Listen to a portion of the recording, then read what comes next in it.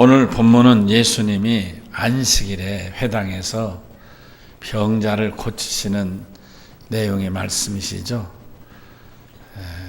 근데 오늘 얘기의 분위기는 굉장히 싸늘하다 할까요? 왜냐하면 예수님 병을 고치시는가, 그 회당에 모였던 많은 사람들이 주시했다.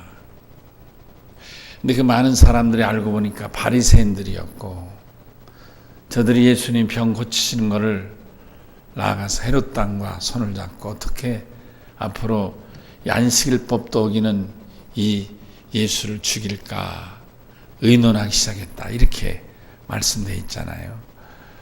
자, 오늘 말씀, 예수님은 이 안식일에 회당에 들어가셨는데 1절에 마침 그 회당에는 한 손 마른 환자가 있었어요.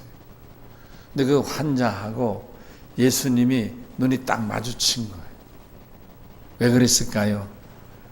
그 환자는 혹시 예수님이 내 손을 고쳐주실까는 기대가 있었을 테고, 예수님은 거기 모인 사람들 중에 특별히 관심이 병들고 고통당하는 자에게 있으니까 그 사람에게 눈이 집중됐을 거예요. 그러니까 이 환자와 예수님이 눈이 딱 마주쳤는데, 근데 주위에서는 그 모습을 지켜보고 과연 앞으로 일이 어떻게 전개될까? 과연 예수가 안식일에도 회당에서 공공연하게 안식일법을 어기면서까지 병자를 고칠까? 그 사람들이 주시하고 있었다, 그런 말이에요. 여러분, 이 사이가 얼마나 긴장이 되겠어요? 근데 그런 상황에서 예수님은 개의치 않으시고 마주친 그 손 마른 환자를 가리켜서 가운데 일어서라, 이렇게. 아멘. 그러니까 저가 주의 말씀 듣고 일어서게 됐어요. 그렇겠죠? 제가 이 자리에서 누구 보고 좀 일어나라 할 때 안 일어날 수 없잖아요. 지목해서 일어나라는데. 그렇죠? 예. 일어났어요. 그리고 사람들에게 둘러있는 그 싸늘하게 지켜보고 있는 그들을 향해서 물었어요. 안식일에 선을 행하는 것이 옳으냐, 악을 행하는 것이 옳으냐? 안식일에 생명을 살리는 것이 옳으냐, 죽이는 것이 옳으냐? 너희가 어떻게 생각하느냐 물었어요. 이 물음에 대해서 거기에 있던 사람들이 아무도 대답을 안 하고 입을 싹 닫고.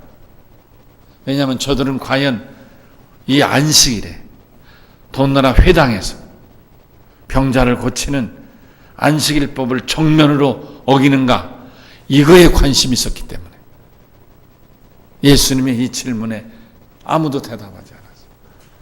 예수는 얼마나 답답했어요. 오늘 본문 5절에 그들이 마음의 완악함을 보시고 노하셨다. 화가 나신 거예요. 세상에 이럴 수가 있는가? 세상에 인심이 박하다고, 세상에 이렇게 병든 자의 고침에 대해 관심이 없이 당신의 안식일법을 지키는가에 관심 갖고 있는 저들이 너무 속상했던 거예요. 그래서 오늘 5절에 뭐라고 말합니까? 내 손을 내밀라. 일어서 있는 손 마른 자를 향해 내 손을 내밀라 말씀하셨다. 저가 그 말씀을 듣자마자 멈칫거림 없이 손을 내미니까 그만 오그러들고 조막손이었던 손이 펴지면서 짧았던 뼈가 늘어나면서, 할렐루야, 으득 늘어나면서 근육도 늘어나고 이 살도 늘어나면서 이 혈색이 돌고 완전히 팔이 정상이 되었다. 할렐루야. 완치되었다. 할렐루야. 오늘 성경에 회복되었다, 이렇게 말씀하고 있습니다. 안식일 예배가 끝나고 나가면서 이 바리새인들은 곧바로 누굴 찾아갔느냐? 헤롯 땅을 찾아갔어요. 헤롯 땅이라는 것은 헤롯이 임금이잖아요. 실권자들, 집권자들, 그런 말, 권력자들. 이 권력자들을 손에 넣어서 그들과 결탁해서 예수를 죽여야 되겠다. 오늘 성경이 그렇게 되어 있죠. 예수를 죽일까 의논하니라. 사랑하는 성도 여러분, 이번 명절 잘 세셨어요? 명절에는 떡국을 먹는 거라는데 한 그릇만 잡수셨어요. 두 그릇 안 잡수셨죠? 2살 먹으니까. 애들은 2그릇 먹고 3그릇 먹겠지만 가만히 생각하니까 명절에 떡국을 못 먹은 것 같은데, 라면을 먹은 것 같은데, 떡라면. 그럼 나 같은 경우는 어떻게 되는 거예요? 반살만 먹나? 떡라면을 먹었으니. 제가 심각한 질문을 하기 위해서 이렇게 얘기를 좀 한 거예요, 사실은. 제가 이런 질문을 하게 되네요. 첫째는 뭐냐? 오늘 말씀을 통해서. 과연 예수님은 법을 어기셨는가? 안식일법을 어기셨는가? 이 질문을 여러분에게 하고 싶은 거예요. 오늘 본문을 통해서 안식일에는 아무 일도 하지 말아야 되는데, 병자도 고쳐서는 안 되는데, 모든 보는 사람 앞에서 공개된 장소에서 이 손 마른 사람을 고치셨으니 과연 예수님은 의도적으로 안식일법을 알면서도 이 법을 무시하고 어긴 것인가에 대한 질문을 드리는 것입니다. 여러분 뭐라고 생각하시고 답변하시겠습니까? 저는 결론적으로 한마디로 말하면 아니라고 대답하고 싶은 것입니다. 예수님은 안식일법을 무시한 것도 아니고 안식일법을 의도적으로 범하려고 하신 것도 아니다, 그런 것. 예수님은 사실상 그 삶을 보면 그 관례, 풍습, 심지어는 법을 철저히 지키는 분이셨습니다. 예를 들면 세례 요한에게 세례 받으러 갈 때 아이고 무슨 말씀이에요? 제가 세례를 받아야지 어떻게 선생님이 저한테 세례를 받습니까? 펄펄 뛰는데도 아니다. 행하라 해서 세례 요한에게서 세례를 받으셨어요. 예수님은 어려서부터도 12살 되던 해부터 매년 3차례 예루살렘에 백리길이나 되는 예루살렘을 걸어서 며칠씩 걸리는 이 예루살렘에 올라가서 3대 절기를 언제나 지키고 오셨습니다. 예수님은 법을 철저히 지키시는 분이었습니다.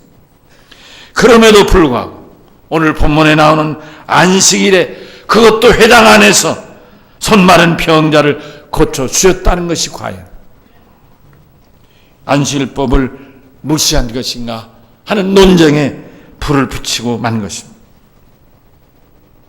주님은 법을 무시하자는 게 아니라 이 병자를 고쳐주시려고 하신 것입니다. 병자를 고치는 일을, 죽은 영혼을 살리고 병든 자를 고치고 메마른 손을 회복시켜 주는 것이 주님에게는 세상 사람이 만든 법을 지키는 것보다 우선이기를 원하셨다, 그런 말씀. 그러므로 본문에서 예수님은 안식일 법이라는 것과 병든 자를 고쳐주시려는 당신의 생명사역 혹은 생명사랑의 사역 중에 어느 것을 먼저 하실까 우선해서 생명사역을 우선하셨다는 말씀인 것입니다. 사람들은 너 나를 떠나서 대부분이 인생의 경우에 선택의 기로에 설 때가 많습니다. 언제나 그런 것 같습니다. 하다못해 시장에 가서도 무엇을 살까? 음식점에 먹으려고 가도 무엇을 먹을까? 항상 선택의 연속이 아니겠는가? 심지어는 남녀가 결혼한데도 내가 이 여인을 택할까? 이 남자를 선택할까? 선택으로 이어지는 삶이 아닌가 생각하게 됩니다. 사랑하는 성도, 여러분은 오늘 본문 같은 이 부득이한 상황에 처하게 되면 여러분은 어떤 것을 택하시겠습니까? 예수님과 같이 생명을 우선 택하시겠습니까? 아니면 많은 사람들, 일반적인 사람들 같이 법이라든지 관습이라든지 관계라든지 이런 것들, 풍습이라든지 이런 것들을 먼저 선택하시겠습니다. 여러분, 분명한 것은 예수님이 활동하셨던 시대나 오늘 우리가 살고 있는 이 시대나 불가피한 선택은 늘 있게 마련인 것입니다. 그 당시 대부분의 사람들이 선택하는 것과 예수님의 선택은 너무나 달랐습니다. 여러분, 비록 소수의 사람이지만은 예수님같이 생명을 사랑하고 사람을 중시 여기는 이런 선택하는 사람들로 인해서 그 사회가, 혹은 오늘 우리가 사는 이 사회도 감동적이고 살맛나는 사회로 발전해 가고 있다고 생각하는 것입니다. 정말로 감동적인 생명 우선, 사람 우선의 삶이라, 선택이라 생각하는 것입니다. 우리 다같이 잠깐 구약의 모세를 살펴보도록 하십시다. 그는 출애굽 지도자였습니다. 모세는 대부분이 사람들의 선택한 바대로 따랐다면 그는 이집트란 대제국의 황제 바로가 되었을 것입니다. 그는 핏덩이가 3달째부터, 어머니 떠난 3달째부터 갓난아기, 말도 못하고 젖만 먹고 사는 이 어린 나이 때 이집트 왕궁에 들어가서 공주를 엄마로 알고 40평생을 자란 사람, 황제 바로의 도를 익히며 이집트의 학문을 익히며 지도력을 익히며 수사학을 익히며 그는 부족함 없는 차기 황제, 그러니까 현 황제가 죽으면 즉시로 대제국의 황제 바로가 되는 서열 영순위의 사람이었습니다. 여러분 아시다시피 그는 히브리 아들로 태어나서 더 이상 살 수 없어서 어머니가 날강길에 갈대 상자에 넣어서 떠내려 보냈는데 그것이 어느 모퉁이에 걸렸고 마침 그때 이 이집트의 공주가 목욕을 왔다가 물에 빠져 갈대 상자에 있는 아이를 건져냈습니다. 물에서 건져낸 자, 그 말이 이집트 말로 모우세입니다. 그러니까 모세란 말 자체가 물에서 건져낸 자라 그런 뜻인 것입니다. 그렇기 때문에 이 왕궁에서는 당연히 공주가 황제를 이을 것인데 공주에게 아들이 있었기 때문에 누구나 예외 없이 다 차기 황제는 모세라고 생각했습니다.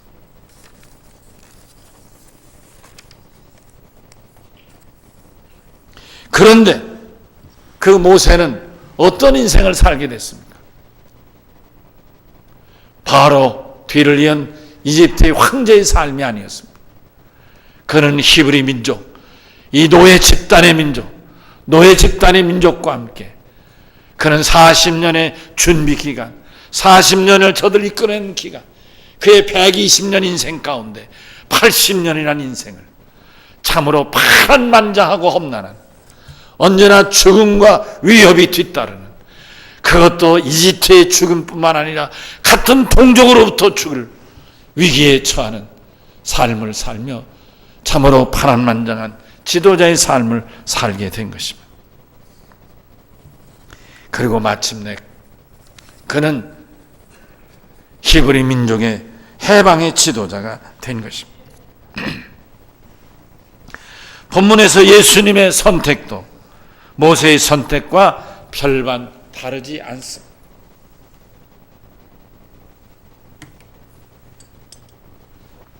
이 한쪽 손 마른 자를 안식일에 주님이 고쳐주지 않으셨다면 오늘 본문의 6절 말씀처럼 사람들이 예수를 어떻게 죽일까 상의하는 죽임의 대상이 되지는 않았을 것입니다. 사실 오늘 이 말씀이 당장 예수가 죽임을 당한 건 아니지만 그가 끝내 십자가에 못 박혀 죽게 되는 첫 출발이, 모멘텀이 오늘 본문에서 시작되고 있다는 사실인 것입니다. 이 사건을 통해서 예수는 죽일 사람, 언젠가는 반드시 죽일 사람으로 계속해서 공론화가 이루어지는 계기가 된 것입니다.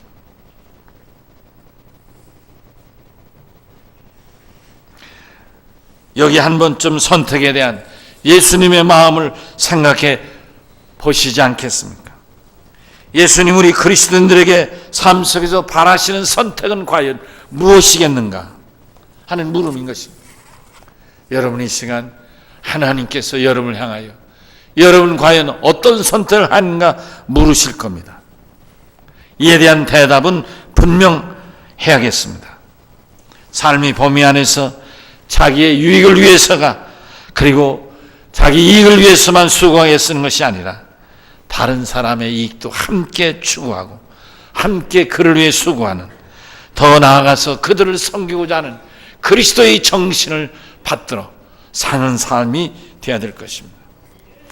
저는 이런 관점에서 지난 수년 혹은 수개월 동안 여러분 천년나무 입주, 혹은 또 효성 해링턴 입주, 혹은 다운son 입주, 어바닐스 입주, 그리고 최근에는 예미지 입주, 얼마나 추웠습니까? 말 그대로 엄동설안에 바람이 부는 이 추위에, 영하 10도, 15도, 17도까지 내려가는 이 추위 속에서도 순번을 정하고 오전이든 오후에 나오셔서 전도하신 여러분들에게 정말 감사, 뜨겁게 박수를, 존경하고 박수를 쳐드립니다. 저는 또한 이 귀한 전도야말로 생명사역이고, 예수님이 이렇게 죽여야 될 공모자로 몰리면서까지도 행하셨던 이 사역과 맥이 통한다고 보는 것입니다. 여러분, 제가 이 맥이 통한다고 이렇게 손을 댔잖아요. 여러분 이게 유명한 그림입니다. 이게 레오나르도 다빈치가 저기 바티칸, 로마 바티칸 천주교 그 교황청에 그 천장에 벽화를 그렸는데, 거기에 천지창조라는 이 창세기를 그림으로 그린 내용이 있습니다. 거기 하나님께서 이 아담에게 생기를 불어넣으시는 순간이 하나님의 손이 이 하나님이 지으신 흙덩이에 있던 아담의 손에 닿으면서 생명이 이어져서 제가 생명이 되는 그림입니다. 성령께서 여러분과 함께 하신 줄로 믿습니다. 여러분, 정말 저는 여러분에게 다시 한번 감사를 드리고, 앞으로 이제 이어질 이 전도에도 여러분이 계속 참여해 주시기를 바랍니다. 그간 전도에 참여하신 분은 말할 것도 없지만, 이런 이유 저런 이유로 혹시나 참여하지 못한 분이 계시다. 이번에 더샵 반올림이 돼요. 더샵 반올림 아파트에 4월부터 입주를 하는데, 여기에 여러분 적극적으로 참여하시고 예수님 생명사에게 하나 되시기를 주의 이름으로 축원합니다. 한 가지 더 말씀드리고 싶은 것은, 예수님의 안식일 보다, 그럼 왜 이 손마른 자를 고쳐주셨는가? 그것은 손마른 자의 고통, 아픔, 여기에 동참하고 이 긍휼한 마음, 불쌍히 있는 마음이 예수님에게 사로잡혔기 때문인 것입니다. 병든 고통을 경험하지 않고 병든 고통을 이해하기는 어려울 것입니다. 물론 우리가 마음으로나 생각으로는 이해하고 참 마음 아파할 수도 있겠지만, 그러나 그런 것들은 다 간접 경험에 불과하고 본인이 경험한 자만이 그 아픔을 더 말로 표현할 수 없는 속들이까지 공감하게 되지 않겠는가. 그래서 우리말에도 동병상련이란 말이 있지 않습니까? 같은 병을 앓는 자만이 그 자의 가련한 마음을 갖게 된다, 나눌 수 있다, 그런 말이겠어요? 예수님이 자언의 한쪽 손 마른 자를 고쳐주시려고 하는데, 예수님의 치유사역을 지켜보던 대부분의 사람들은 당연히 고맙게 생각해야 하는 거 아닌가요? 예수님 고맙습니다. 큰일 해주셨습니다. 이렇게 평생 고통당하는 걸 이웃에서 지켜보기가 너무 힘들고 민망했는데 고쳐서 너무 감사합니다. 이렇게 그 안식일에 회당에 참여했던 이들이 다 정말 다 예수님 앞에 아이고 고마워요. 세상에 어떻게 이런 일을 하셨대요. 그러면서 고마워했어야 되는 거 아닌가요? 근데 고맙다는 말을 한마디 하는 거, 왜 예수를 죽이려고, 어떻게 저를 죽이려고 했겠느냐, 그런 말이에요. 이것은 어디에 차이가 있는가 하는 것입니다. 예수님과 어디에 차이가 있는가? 예수님은 이 손마른 자의 고통이 당신의 고통이 되었고, 손마른 자의 아픔이 당신의 아픔이었고, 그렇기 때문에 이 아픈 고통을 해결해주고 이를 치료해 주시는 것이, 그것이 어떤 법조문보다 뛰어넘는 하나님의 사랑이요, 당신이 할 일을 받아들이게 된 것입니다. 사랑하는 성도 여러분, 예수님이 살던 시대나 오늘 우리가 사는 이 시대나 별반 다르지 않은 악한 모습을 보는 것 같아서 마음이 아픕니다. 여러분들의 생각에는 우리가 살고 있는 시대는 예수님 살고 있던 이 시대, 이 본문의 모습과 달라진 게 있습니까? 좀 나아진 게 있습니까? 문명이나 문화는 엄청난 속도로 발전해 가고 있지만 인간의 생각이나 마음은 거기에 훨씬 못 미치거나 혹은 멈추고 있는 경우들이 많아 보입니다. 여러분도 다 잘 아시는 일이겠지만은, 저는 몇 년 전에 우리나라에 참으로 세계적인 사건이 하나 있었습니다. 그것은 이제 컴퓨터로 프로 기사를 만들었어요. 그래서 이 컴퓨터가 어떻게 하라는 대로 따라 놓는 프로 기사, 바둑 알파고를 만들었어요. 그래서 그 컴퓨터 프로 기사인 알파고하고 세계적인 바둑 기사하고 대국을 했어요.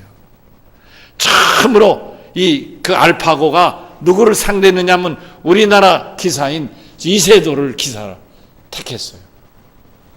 3전 선승자가 이기는 거죠. 그런데 한 판, 두 판을 이세돌이 불개패 당했어요. 한 판만 더 지면 끝나는 거예요. 근데 이 세 번째 한 판을 이세돌이 이겼어요. 전문용어로 흔들었답니다. 판을 흔들었는데, 판을 흔들으니까 이 알파고가 그 흔드는 게 따라오지 못해서 실착을 놓는 바람에, 그래서 이세돌이가 이겼다는 거예요.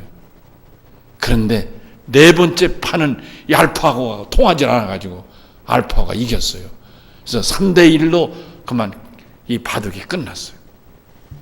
그 후에 이제 세계 기라성 같은 제1인자인 중국의 기사들하고 계속 대국을 했어요.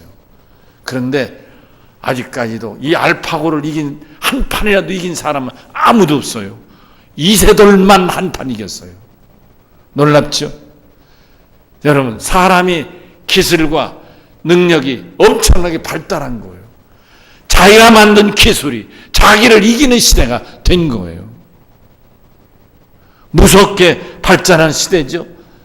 여러분, 4차원의 혁명, 4차원 혁명이라는 게 바로 이런 거 아니겠습니까? 여러분, 제가 언젠간에 4차원의 산업혁명이 일어나면 가장 먼저 없어질 직업군 중에 하나가 이 컴퓨터로 일하는 사람들이 대량 없어지는 얘기더라고요. 아마 그럴 날이 언젠간 오리라고 생각합니다. 여러분, 예수님이 이런 것들에 대해서 어떻게 반응하실까? 저는 단호하다고 생각합니다. 왜냐하면 예수님이 어떤 경우에도 사람이 가장 우선이셨기 때문입니다. 예수님이 세상에 오셔서 행하신 일들은 그 사람을 구원하는 일이었습니다. 예수님을 구세주라고 일컫지 않습니까? 예수님의 중심은 사람의 구원에 있습니다. 예수님만이 사람의 멸망과 저주에서 구원하시고 이 세상을 온전히 구원하실 분이십니다. 하나님이 세상을 이처럼 사랑하사 독생자를 주셨다.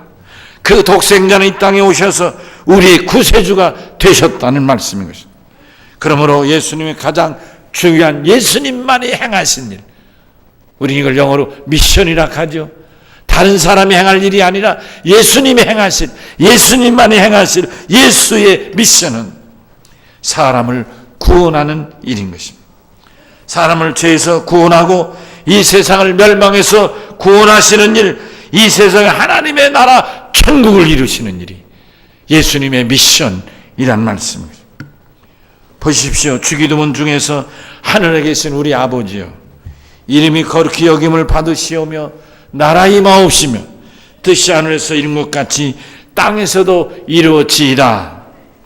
성도 여러분, 이 같은 예수님의 가르친 기도문 가운데 특별히 나라의 임하옵시며 라는 내용은 바로 이 땅에 하나님의 나라고 천국이 온전히 이루어지기를 바라는 기도인 것입니다. 그렇습니다. 이 땅에 구세주로 오신 예수님에게는 오직 하나님의 거룩하신 나라가 구원받은 성도들로 이 땅에 이루어지기를 바라시는 것이며, 이는 구세주만이 감당할 이 세상을 구원할 구세주의 사역의 시작이요 마침인 것입니다. 이런 관점에서 볼 때 예수님이 한 손 마른 환자를 거룩한 안식일에 고쳐주시니 놀라운 사건은 예수님을 이해하지 못하고 그 당시 대부분의 사람들에게는 안식일법을 어긴 죄인임으로 저를 죽이려고 했겠지만, 그러나 예수님은 한 손 마른 이 환자를 고치시는 일이야말로 당신이 이 땅에 오신 하나님 나라를 세워나가는 일이었기에 예수님은 그 사람들의 죽이려는 음모를 알고도 당신의 일, 하나님의 나라를 이 땅에 세우신 것입니다. 이 손 마른 자에게 하나님 나라는 어디입니까? 평생 한 손 마른 손으로 조롱받고 비난받으며 그리고 사랑 무시를 대접받지 못하고 사는 저에게 온전하게 이 손을 회복시켜 주심으로 이제는 모든 사람과 동등하게 살아갈 수 있는 이 삶이야말로 저에게는 천국인 것입니다. 여러분 생각해 보십시오. 손 마른 자로 늘 이렇게 사람들을 피해 살던 자가 당당히 그 손이 늘어나고 뼈도 늘어나고 힘줄도 늘어나고, 아멘 합시다. 손도 늘어나고 손바지도 늘어나고 온전히 회복되어서 정당하게 온전히 회복된 저야말로 이보다 더 기쁜 천국을 경험할 수 있겠느냐 하는 것입니다. 예수님이 이 시간에도 한 손 마른 환자를 고쳐주시기를 원하십니다. 한쪽 손 마른 환자는 말 그대로 한 손 마른 환자일 수도 있겠지만, 이 시간 예배 중에 임재하신 예수님은 어떤 불치병이든 고쳐주시길 원하십니다. 어떤 고통스러운 질병이든 치료해 주시기를 원합니다. 육체의 질병도 불치의 병도 마음의 병도 믿음의 병도 정신의 병도 다 주님은 치료하시고 그로 인하여 건강이 회복되고 온전한 하나님의 나라 천국을 체험하며 살기를 원하시는 것입니다.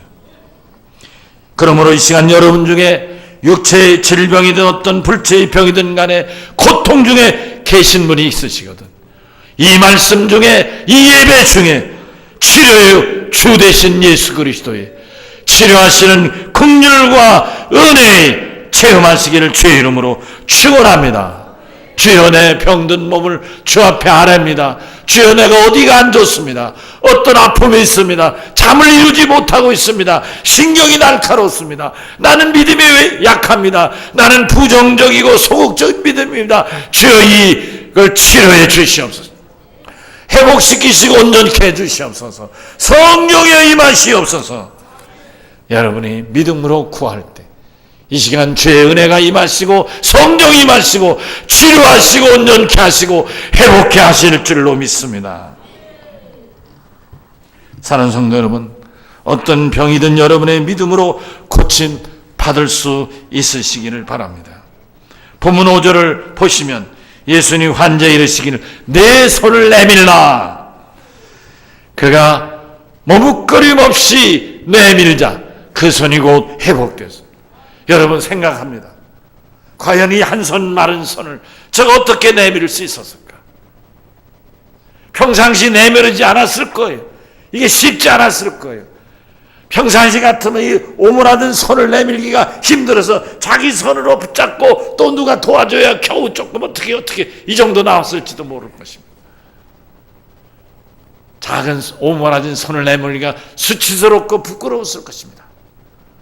그러나 주님이 내 손을 내밀라는 이 한 말씀 명령을 듣는 순간 저는 거침없이 내밀었고 내미는 순간 할렐루야 그의 손이 펴지고 뼈가 늘어나고 손가락이 늘어나면서 할렐루야 힘줄도 늘어나고 핏줄도 늘어나고 살도 찌어지면서 순간적으로 손이 온전히 으 펴지는 가운데 회복된 줄로 믿습니다.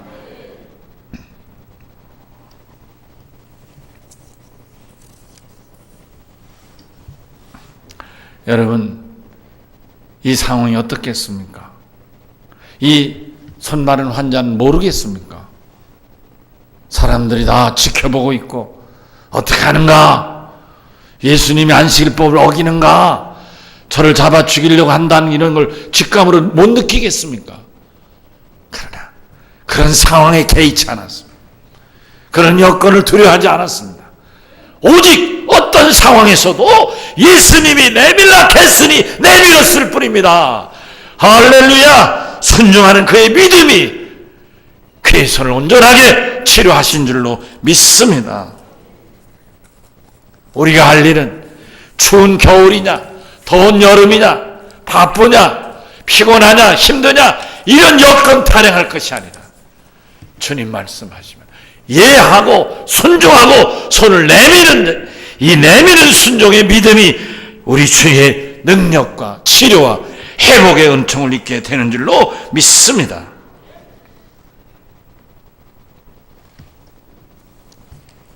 이 시간 예배에 참여하신 사랑하는 성도 여러분 중에서도 이 병자처럼 남들이 알지 못하는 나만이 알고 있는 고통스러운 병이 있다면 그 병까지도 다 깨끗함을 받으실 줄로 믿고 예수님께 여러분의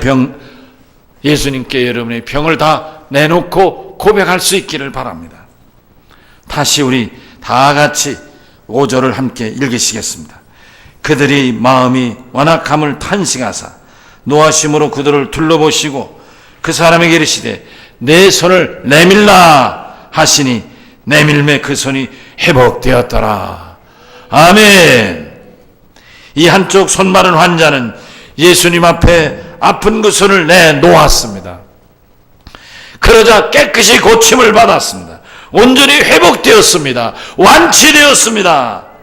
할렐루야. 사랑 열린 성도 여러분, 여러분은 이 시간 예수님 앞에 어떤 손, 어떤 병든 부위, 아픔과 고통 그리고 어떤 질병을 내놓으시겠습니까? 주님이 여러분의 순종한 믿음을 받으시고 어떤 병이든 온전히 고쳐주실 줄로 믿습니다. 이 예배 시간에 다 치료받고 온전히 회복되어 본문의 병자처럼 주님께 기쁨과 감사로 큰 영광 돌리며 집으로 돌아가시기를 바랍니다. 할렐루야. 예수님께 찬양합니다. 하나님께 영광을 올려드립니다. 우리 다 같이 오른손을 드십시다. 주여, 이 손은 병든 손, 마른 손입니다. 손 마른 자의 그 손을 주님 말씀 듣고 내놓습니다. 이 손을 붙잡으시고 이 손을 치료하시고 이 손을 통해서 주의 영광을 거두어 주시옵소서. 주를 위하여 사는 일이 부끄럽지 않고 주의를 하는 일이 핑계거리가 아니라 주의를 기쁨으로 주의 말씀에 순종함으로 언제나 이 손을 내밀고 주의 말씀을 순종하기를 원합니다. 우리 다 같이 오른손을 들고 주여 크게 한번 외치겠습니다. 주여! 아멘. 오늘 말씀을 생각하며 471장을 부르시겠습니다.